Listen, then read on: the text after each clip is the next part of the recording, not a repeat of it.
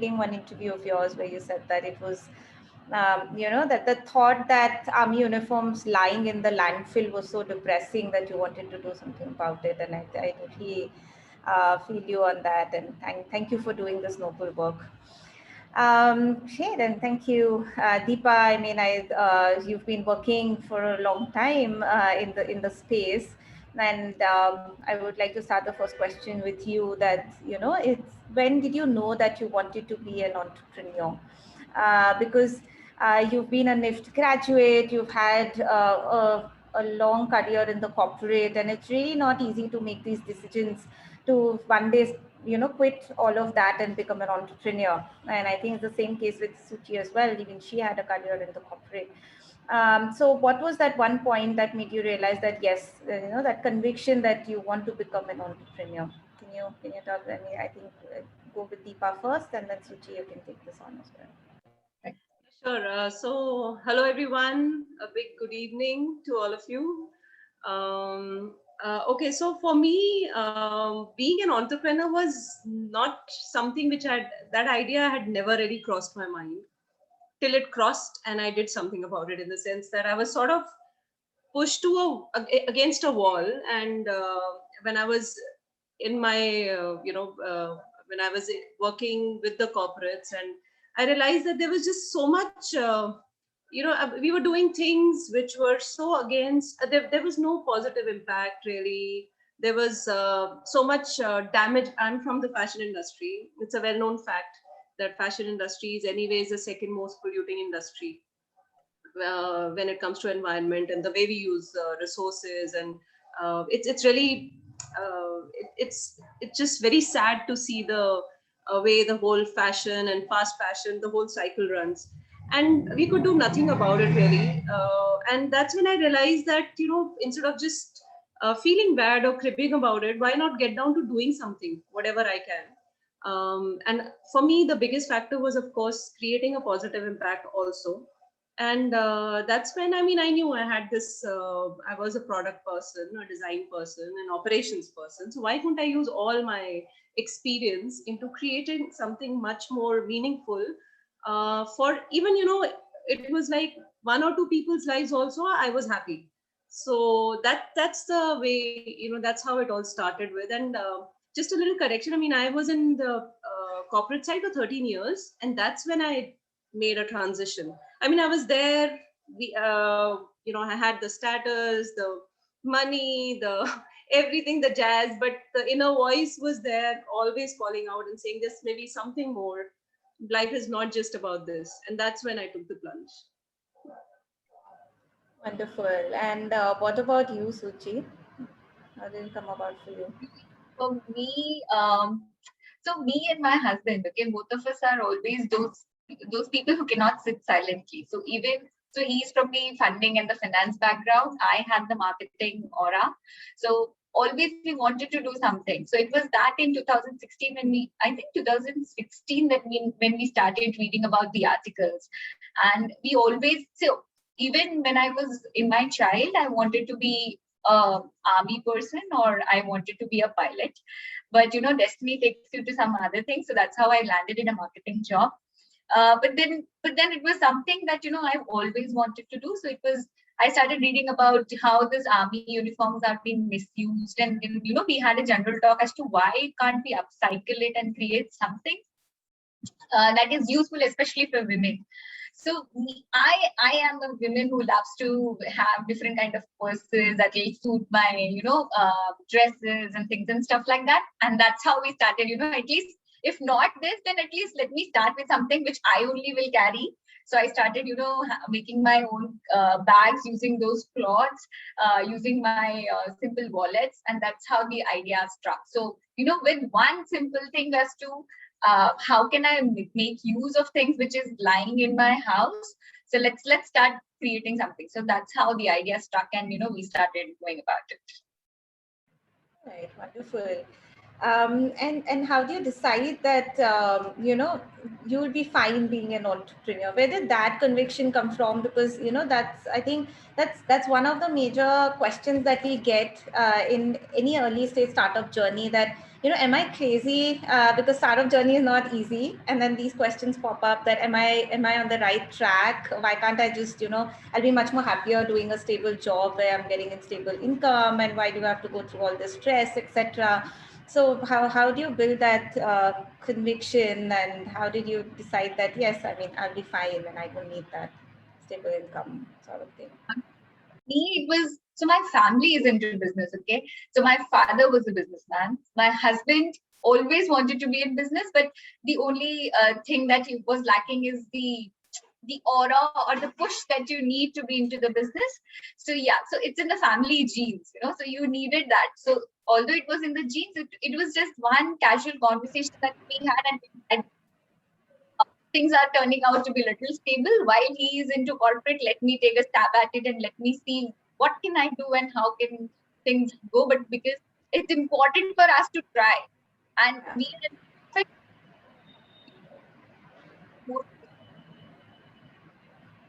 I don't know.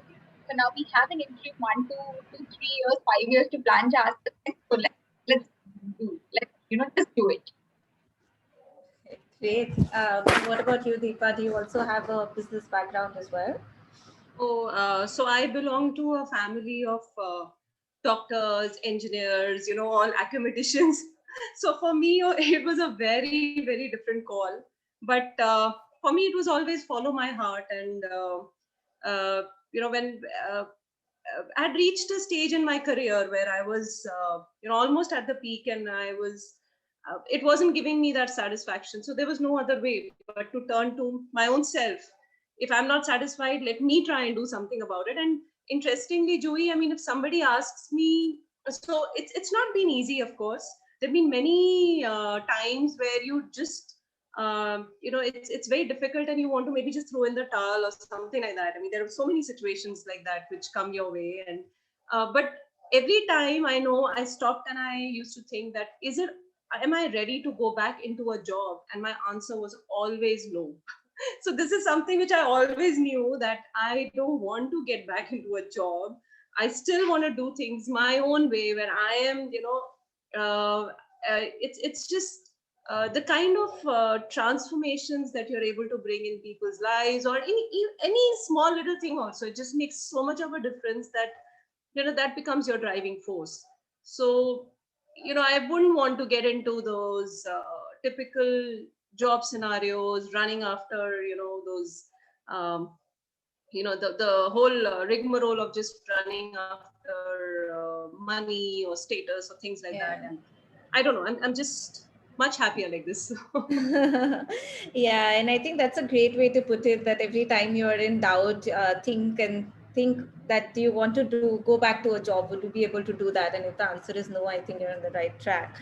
Wonderful. And just going beyond that, once you start with your startup, we always say that the first sale is the most important, that brings that conviction. You get the validation that somebody is ready to pay for something that you have created, that's something that you had conviction in. And that's, and that for it may be the first sale, or it may be just that one big deal that you cracked, or it may be the point that you felt that yes, you are a sustainable company. What according to you was that one first big win that made you confident that yes, you're on the right track? Probably if any one of you all want to take that first. Me, it was when we sold our first bag to the army person. And that's when, when we interacted with the family, they were so happy after, buying that. So it was not a buy kind of a stuff, but, when we had our conversation, it landed up being gifted as a gift. But then the initial thought process was, they ordered from us and they would want to buy. So since it was coming from the army background and the army family as well, so that was a delightment for all of us. And that's how, when we started connecting to some folks, and when we analyzed our marketing channel, it was people who were buying mainly for the army people, and it was like a proud thing for all of them. So, so that's when we thought, yeah, we landed in a good setup kind of a stuff. That's kicked us more. Right. Yeah, the first sale. Yes. How about you, Deepa?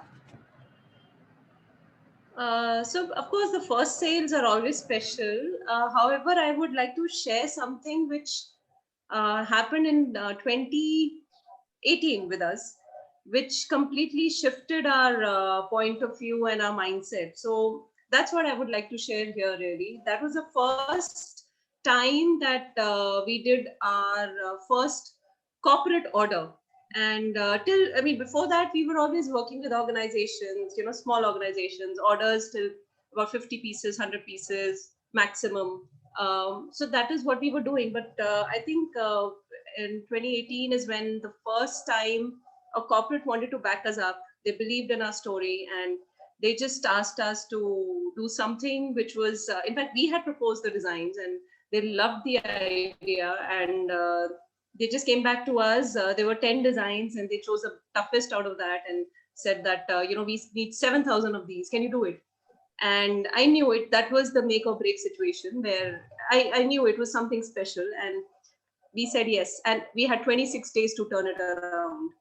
So I was literally on the streets looking for more women, trying to, we were connecting to more women, finding more people who are interested in getting upskilled so that, they could produce. Because all the people that we work with, the women that we work with are not artisans, they're just homemakers. So that's what's the beautiful part about this is it gives a chance to homemakers to, just fulfill their aspirations. So that's what we did. And 26 days we turned it around. We not just made those pieces, but we shipped it across to 33 locations across the country in time for the event. So it actually became a very big success story for the corporate also. And that's when we realized the potential of the model that we had, that how strong and potent it is. And since then we haven't really looked back because it opened our eyes to it just opened our we just had so many more ways to go out to and reach out to more people who believed and who could who could partner with us, and then more and more women who could benefit through this. Absolutely.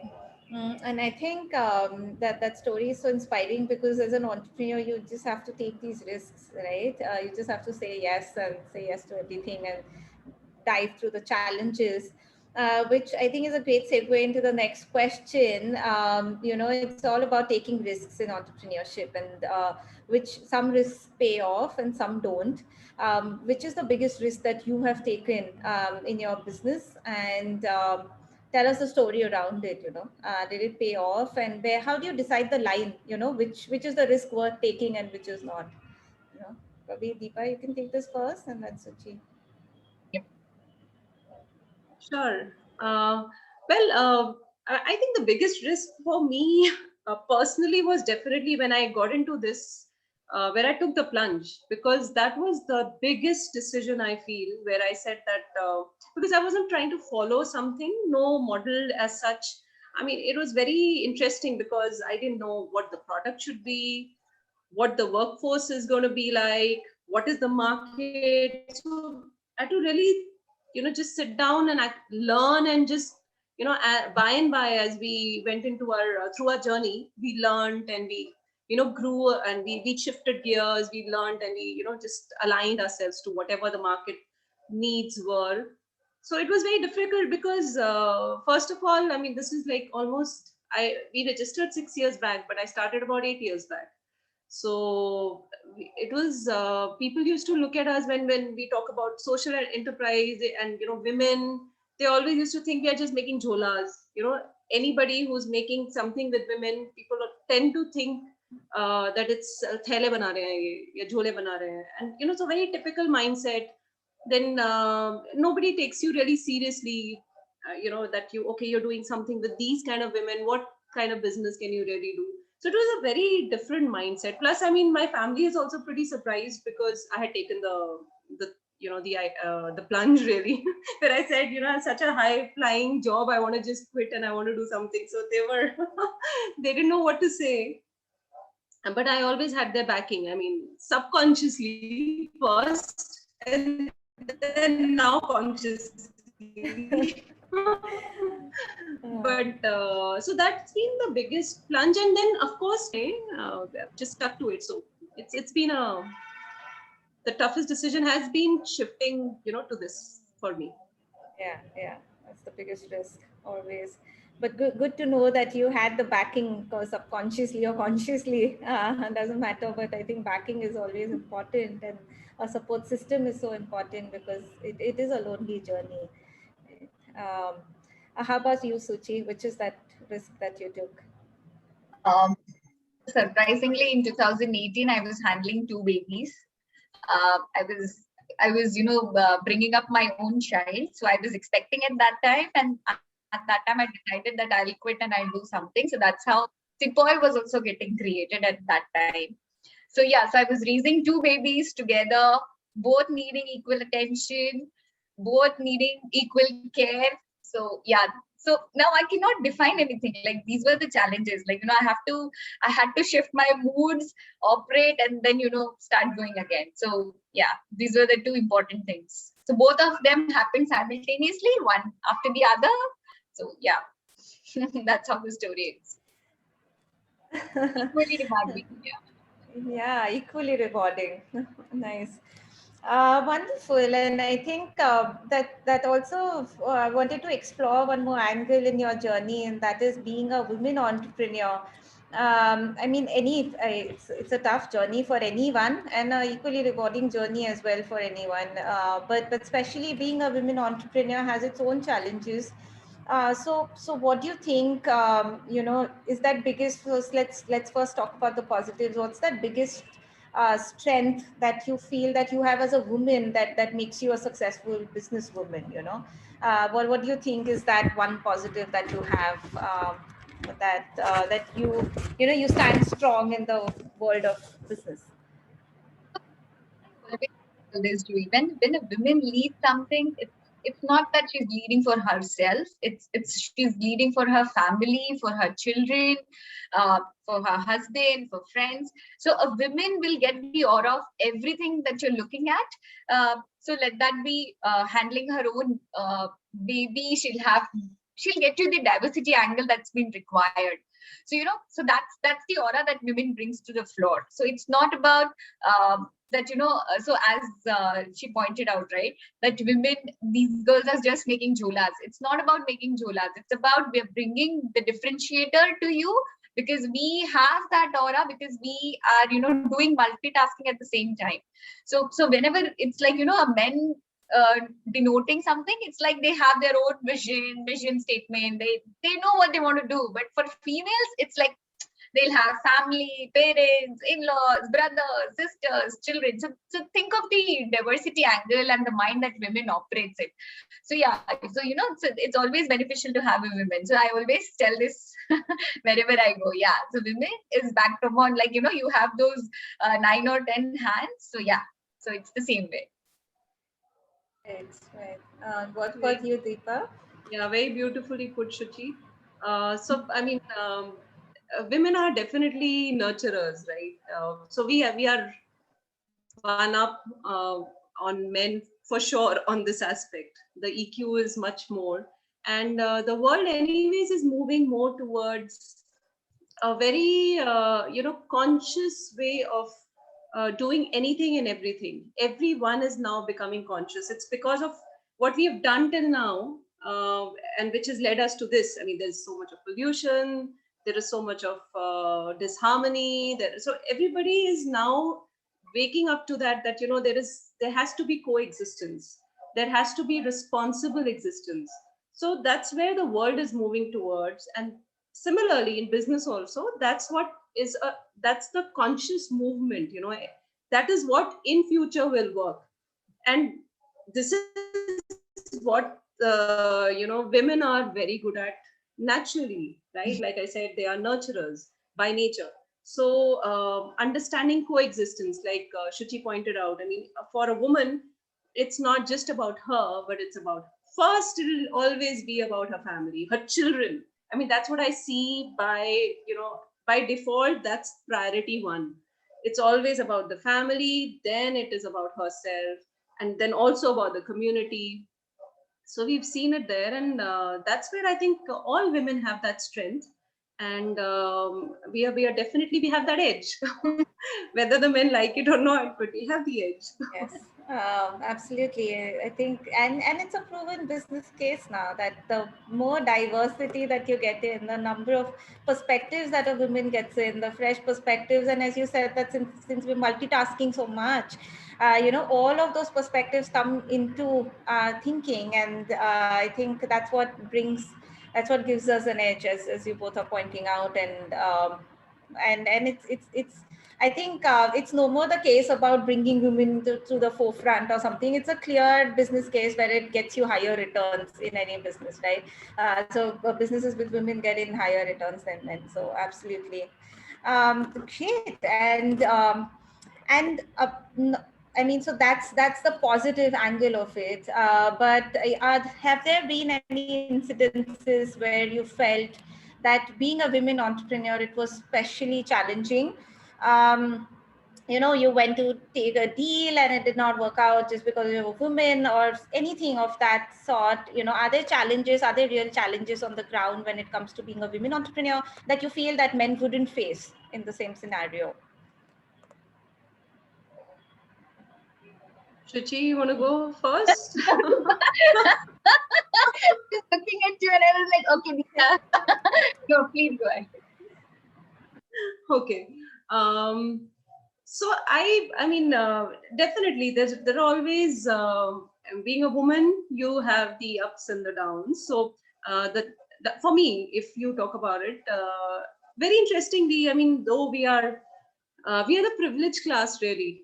I mean, I would consider people like us, we are educated, we belong to, decent, in the sense, I mean, we are doing decently in our lives when it comes to monetary situation and all that. But I feel still there was this patriarchal that issue where I know, because when I started this, the questions that came to me were like, why are you wanting to do this? Why don't you, just keep doing your job, that 9 to 5, which is never 9 to 5 really, but that job security is always there.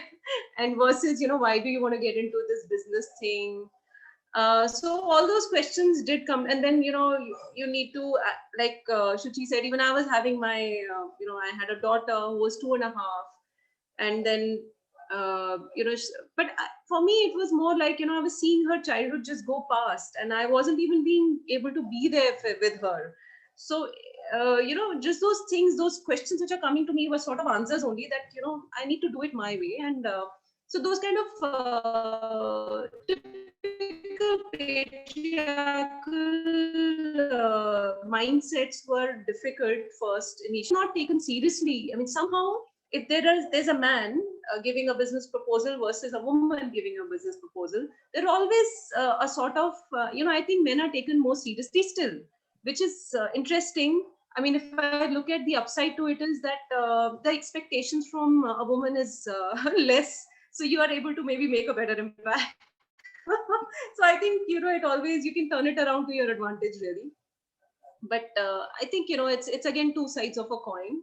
For a man, it's going to be different. They have their ups and downs. We have our ups and downs. I think it's just about taking it in our stride, really, and making the most of it. Right. And Suchi, what are your thoughts on this? Yeah, definitely. But the way you told, so subconsciously or consciously, I don't know, society always undermines women. This is what I have felt, especially. So even I was reading certain surveys recently. There was one Paytm survey wherein, they did a simple exercise while putting and asking some simple questions. So at the end, the result was society always undermines women. Let that be, especially in the matter of finance. So I urge all women sitting out here, please educate yourself into the financial aura more, so that, because that's the differentiator that we need to bring onto the table while facing deals. So that So luckily for me, I had my husband who is into the financials background. So he got that, sparking numbers to put on to and convince the investors.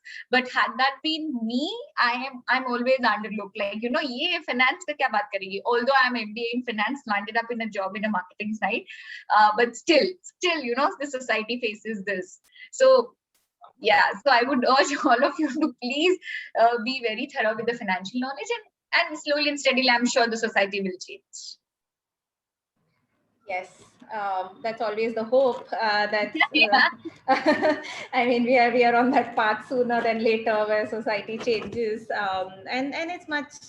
I mean, just optimistically speaking, it's become much better. We have more women entrepreneurs coming on board, and hopefully, we'll have more success rate of women entrepreneurs as well.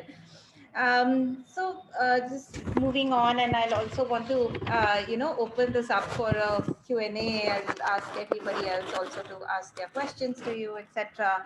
But what is that one advice that you would give? I think Suchi's already answered that question, is educate yourself in the finance aspects.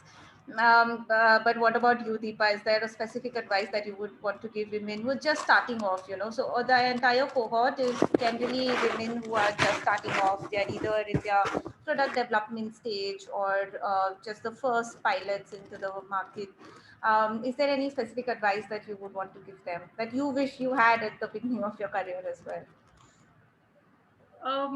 Well, see, advice would be again the same. I mean, just know what you want, and be at it, and don't give up. Just don't give up. And I mean, I seriously believe it's only now that I realize, and something which I would like to share with everybody here is that each one of us has a story. We have our own story, and the day we own that story and we start living it, that is the day the magic begins. So that's what I would like to share with all of you. And don't just we all are creating our own stories. So you are just living through that right now. You might be in whatever stage you are, but it's going to be a beautiful journey. Don't give up hope.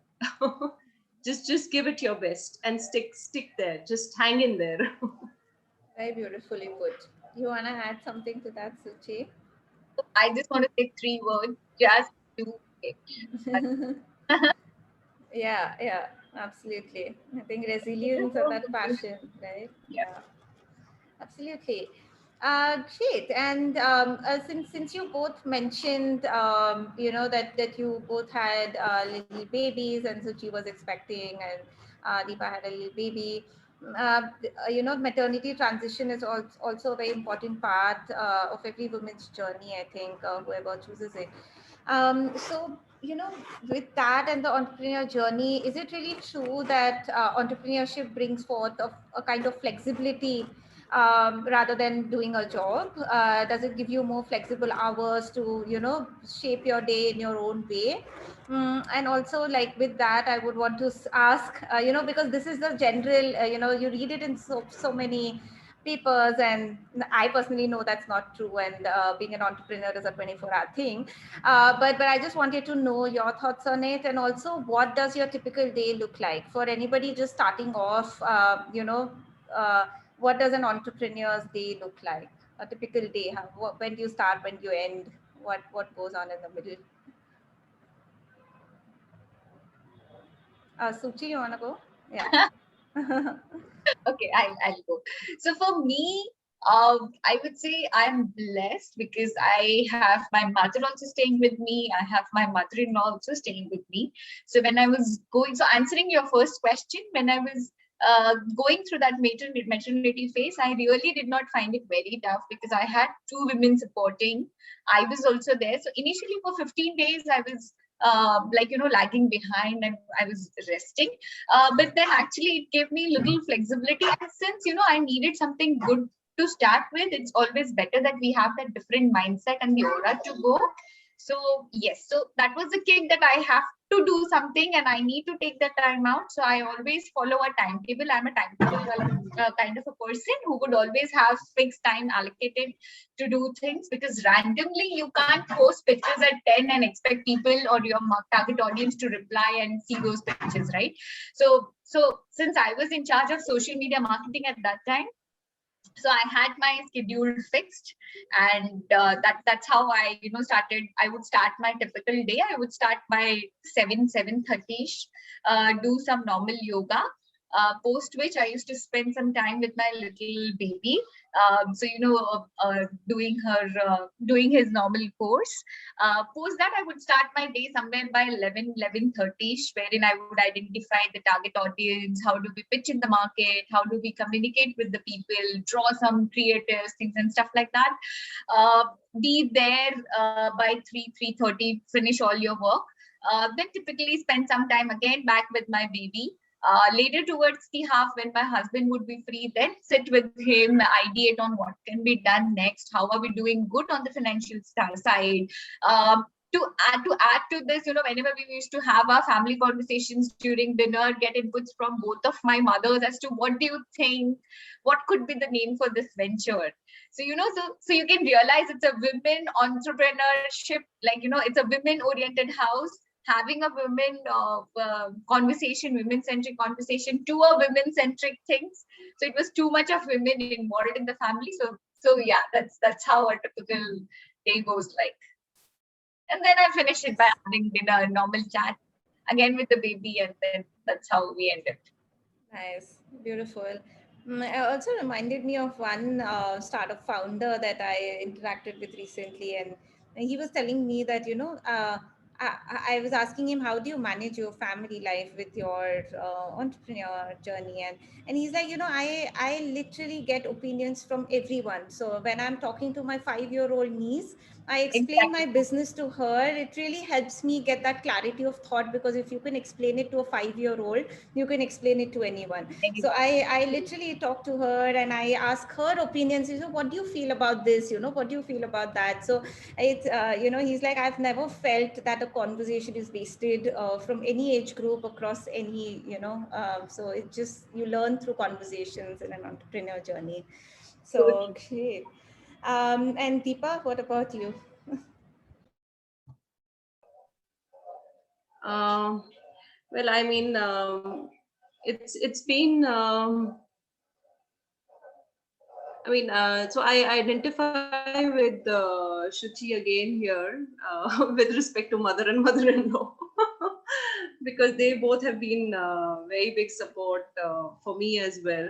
But I had my, that first part of the question where you had mentioned that, is it easier if you're on your family way, you're having babies, maybe, having your own enterprise, is it easier? Definitely no.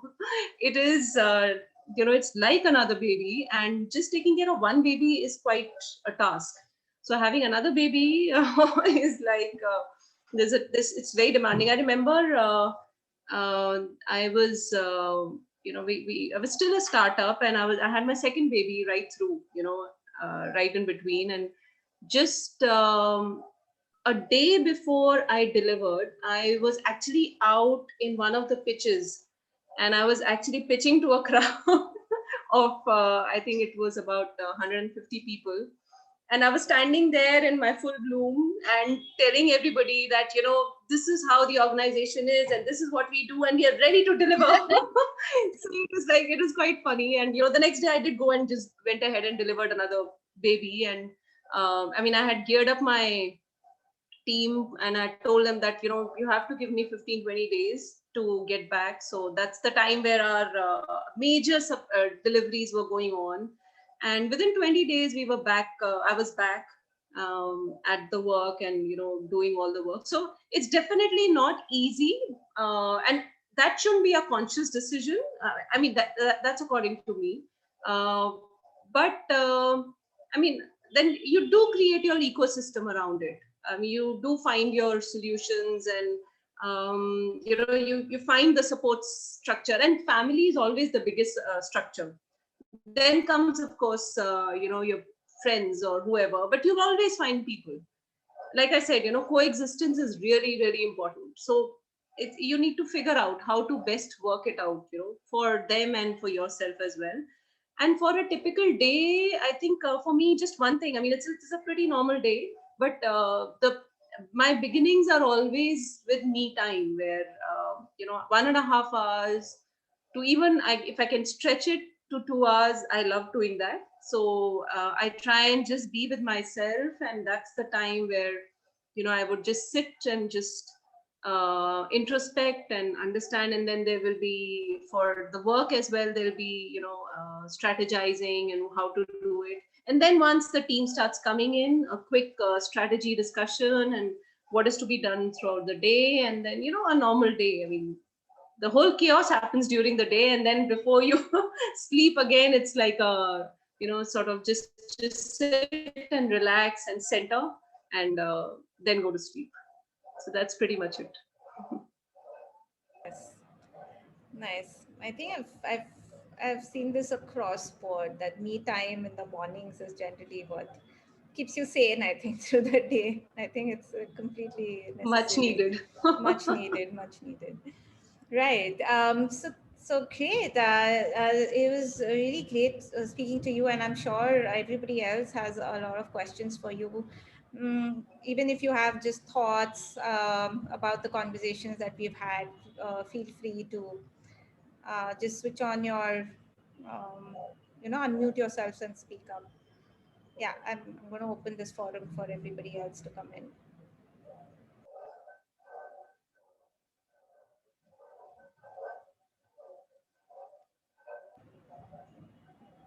Any questions?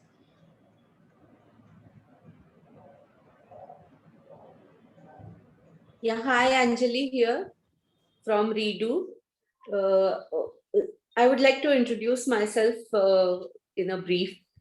I am working with the upcycled material, and the design house builds creative products using plastic waste. I have just started this within my family and within a very small space, and like started with a nice thing, and now I'm going ahead with with expanding the team, and also would like to expand my portfolio as well as the workspace. I have one question to both of you, Deepa ji and Shruti ji. What exactly were your buying statements to people who started working with you? I'm as Deepa ji said, you started working with homemakers. They are not artisans; they are just homemakers.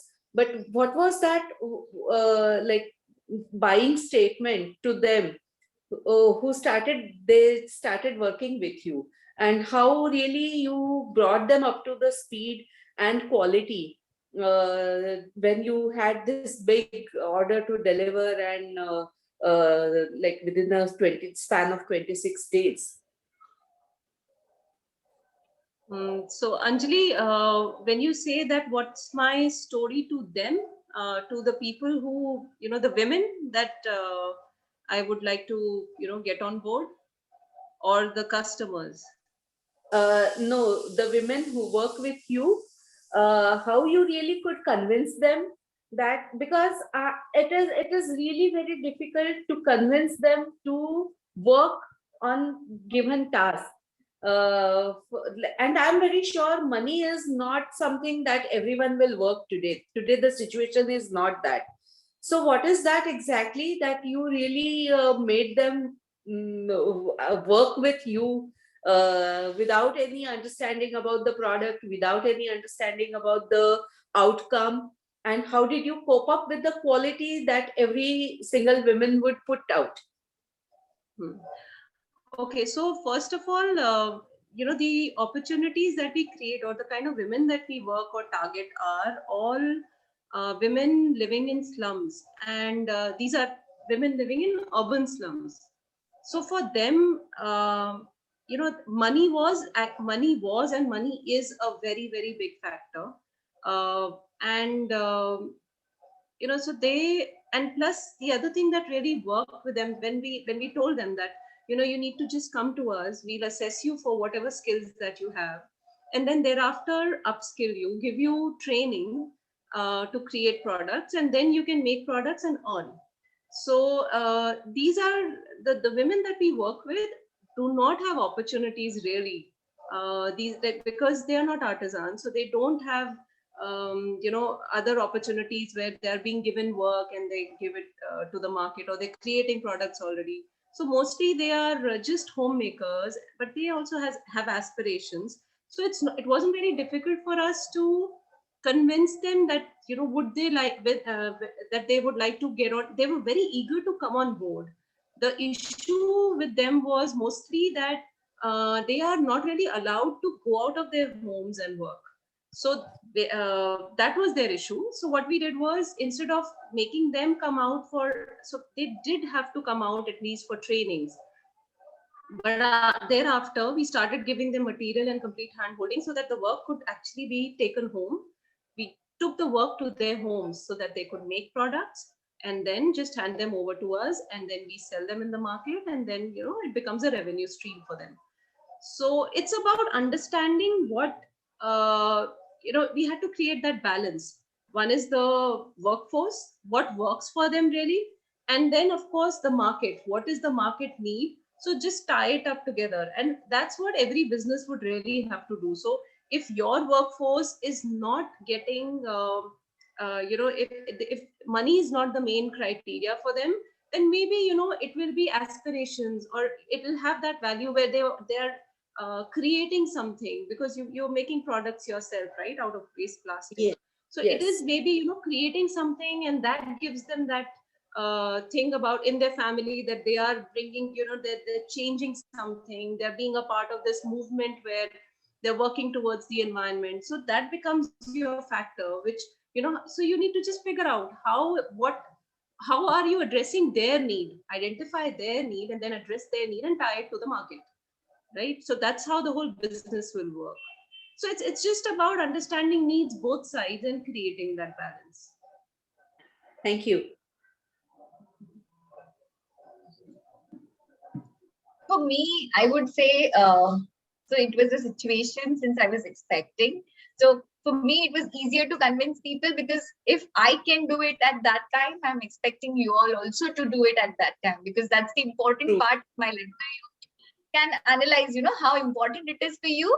So that's my seriousness, if that would, so I was actually thinking later on. So first, when I decided that I want to venture out in Sepoy and I want to do Sepoy, I was like totally into it. Then there was a down frame when I was actually analyzing, should I do it now, or should I, give it a chance a little later? But then now when I'm sitting here, I realized that was the important time, and I took a chance at a very right time, because I could convince people that, if I am doing it at this time, even you can do it. So that's the seriousness that I got for my people. Okay, and one more, sorry, Anjali, there was another question, another part where you mentioned about quality. Yeah. How is it that you can actually get the quality right? So for us, it's very, it's a very, so we are not an NGO primarily. It's a proper business model that we are self-sustaining. Because that was the name is Swatanya, which means independence. So I couldn't have really gone and said that I'm trying to create independence for you women, but I'm dependent on funds. So my whole pretext was making a self-sustaining working model, and for us to be self-sustainable, we had to create products which would sell, not just because they were coming from these women, but for their actual quality, their actual design, their actual worth.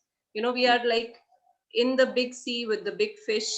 So we are there in the market, and people will just maybe listen to you and would feel for you once, in the beginning, that okay, there's a community that you're helping, but they will not never come back to you and place a reorder until unless you give them value for their money. Right. So this is something which is instilled in the women as a team right from the beginning, where it's a very clear understanding that we are here creating products. So everybody has to, put in their best, and of course we design accordingly. So when our initial stages, when we understand what the skill levels are, we understand that what a woman can really do, and then the work is created according to what she will be able to upskill a bit and then make the product. So there is a very careful connection between the designs, the skills the women have, what skills can be imparted.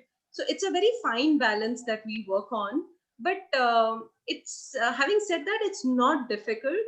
Eventually, it's about a bit of sensibility and a lot of common sense.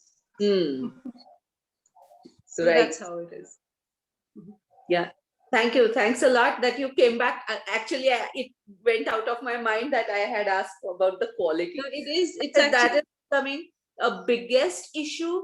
Moment I start saying that you have to use pins while stitching, you have to use clips, and they say, "Usme to bahut zyada time lagta hai ji."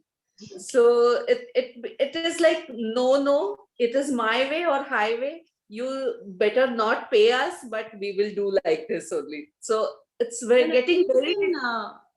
You can have a kind of a reward if they're not moved by money, but some other kind of reward. What works for them. So a reward always works. If it's not monetary, then you can always look at maybe creating a space where they are applauded or something. What really works for them is what you need to figure out. Sure, certainly. Good insight. Thank you. Thank you, Anjali.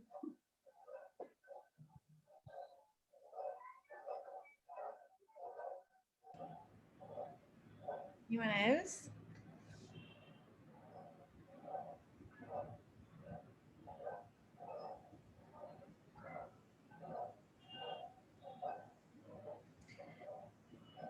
Actually, I have a question in the meantime while others are thinking about their questions probably.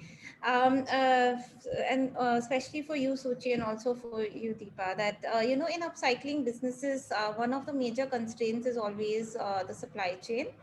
Like how do you source the materials? How easy is it to ensure a constant supply of materials? Both of you work with waste materials. How easy is it to ensure that, and how do you build this robust supply chain? So I mean, how have you managed? Because Suchi, yours is also a very niche waste material that you use, which are just army uniforms, and I think you're also expanding it to include other kinds of uniforms as well. I read that you're expanding it to firefighters and things like that. So how do you do that entire, build that chain that you'll get that requisite number of waste uniforms? And even Deepa, in your case, all the waste materials that you use, if you get a specific order for a specific product where you need that material, how do you ensure that chain? Suchi, you want to go first? Yeah. For us, initially when we started, so as I said, when I got my first order, it was through an army family. That's how we got introduced to more army circle, and that's how when we started marketing our Pipoy more, people, they themselves started approaching us, and they were like, can you please create a handbag out of my husband's uniform so that doesn't get disposed of. Some were very sure that they would want to have those tags also being mentioned as a part of the bag. So yeah, so instead of me going to them, it was they coming to us, because they said rather than giving it to the army personal bag, why don't I keep it myself? Because it is one of the kind of stuff that we can keep, like a memory for my husband and brother and things and stuff like that. So initially we had an oversupply of uniforms because everybody was wanting to give that. The other thing was we had approached ABHA, which is an NGO which has been run by army personnel themselves, and they have a mechanism set in place that every 1 year or 1.5 years, when you are disposing of your uniforms, you will have to give to the ABHA organization. We have a tie-up with them. From them, we procure our material, and that's how the supply goes on. With the firefighters, along with the Navy, we have just initiated the conversations with them. So we'll also have a mechanism, similar mechanism set up out there as well. But since our is more like a personal thing, it's always that they reach out to us first rather than we reaching out to them first. The emotional connect works where your Yeah. customers itself become your suppliers. That's great. And what about you, Deepa? So for us, Jui, it's like, we don't, it's not limited to any one particular kind of, waste or stock. Um, we just work with anything and everything. So, and there's so much of waste around. We have designers, we have export houses, we have factories, we have just so many people who reach out with so much of waste. It's unbelievable with, so much to be, so much which can be done with so much that's already available. So it's never been a challenge to find waste really. And it's, and the more we share our stories, there are so many people who will just reach out and they would want their waste to actually be converted to something useful. Like I said, people are becoming more conscious about it. Everybody wants to contribute in some way or the other, and this is a very big contribution as well, where you consciously don't dispose it off, don't send it to just landfills, and actually give it to an organization. I have people, I mean, we're closely working with a lot of people who they give us their waste, we convert it into products, and they buy it back from us. So things are changing, and it's I think that's the way to move forward also. There's a lot of potential, there's a lot of waste. So lots can be done. Absolutely. Yeah. True. Okay. Any more questions? Maybe we can just wait a few minutes in case anybody wants to say something. You can just introduce yourselves, talk about your journey, anything.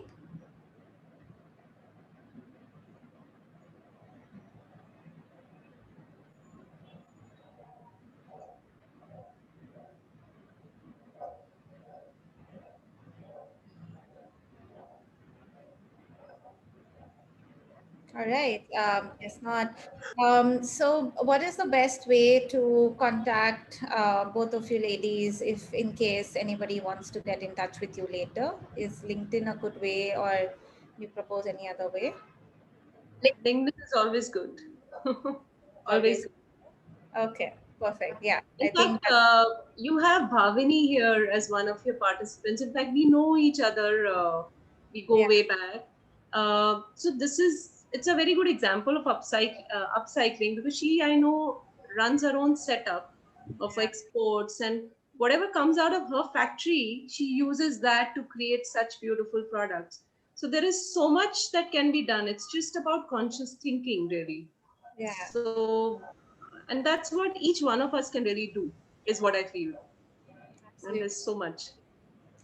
And I think since we are all doing something in similar space, it really, Bhavni, but it would, just trying to encourage these networks more, because I think everybody can learn from each other. Everybody can learn from each other's networks and experiences, and that's the purpose of these kind of interactions, just to increase the circle, make it bigger, and try to leverage shared resources and shared learnings. So great. I think with that, thank you so much, both Suchi and Deepa, for taking time out and coming onto this platform and sharing your experiences and learning so candidly. It was really a beautiful session, and I, for one, learned a lot, and hopefully everybody else learned a lot too. And hope that we get continued support from you as well, for all of the entrepreneurs and our programs, where we hope to support more and more businesses in the future to come. Great, thank you so much. Priyanka, is there anything else? Not for now, but thank you both of you for joining in today. It's our It pleasure. sure was an insightful session. Thank you. Okay, thank you. Thanks. Thank you so much. Thank you. Bye-bye, Deepa. Thank you. Bye. Bye, Shuchi. Bye, Jyoti, Priyanka, the whole team. Bye. Thank Bye. you. Bye. Bye. Thanks, ladies.